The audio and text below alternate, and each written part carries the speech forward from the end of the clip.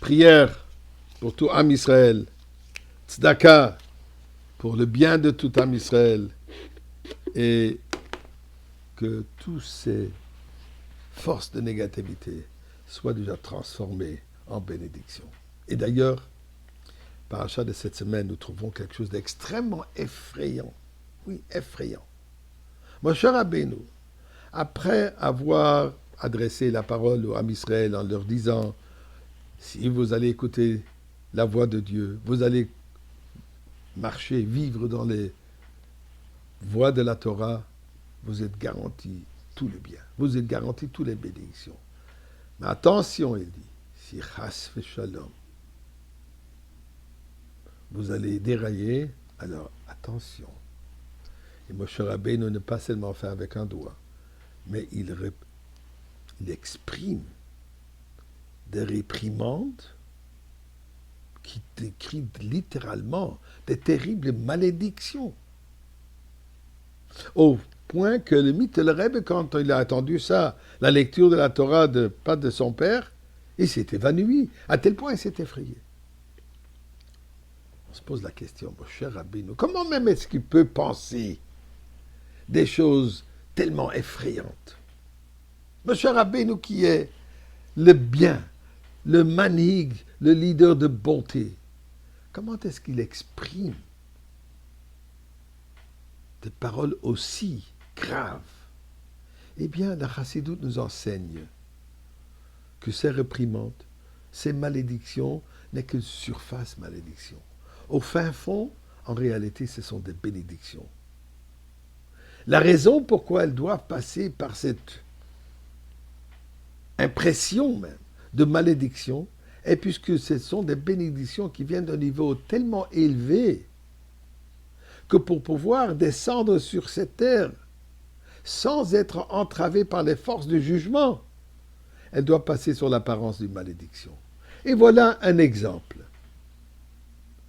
Parmi les malédictions, ou bénédictions, je devrais dire, Moshe Rabbeinu dit, Vekashlu ish ba'achiv, chacun trébuchera sur son frère, Kimipni cherev verodef oyin.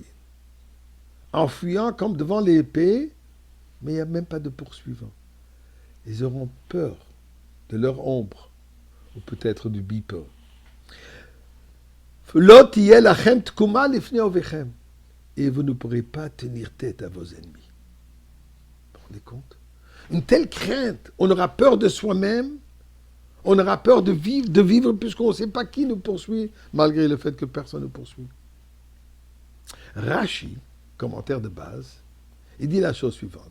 En plus de cette explication simple, il dit que quand on parle de chacun trébuchera sur son frère, ça représente que chaque personne devient responsable. Il va trébucher à cause de son frère. Pourquoi?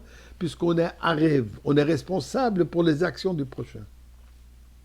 Donc, le péché qu'un fait, on devient responsable. De la même manière, la mitzvah qu'une personne fait, c'est aussi pour notre crédit. Mais regardez quelque chose d'extrêmement intéressant.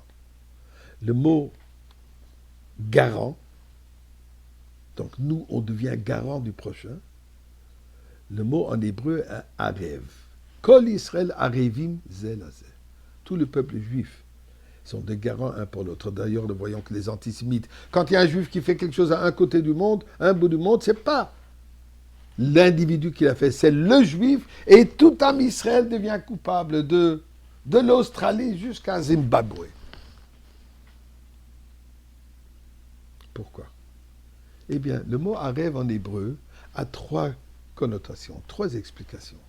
Arev, comme on dit, garant. Arev veut aussi dire Irouf, mix. Le Hérouf, qui nous entoure, qui nous unifie. Et Arev, doux.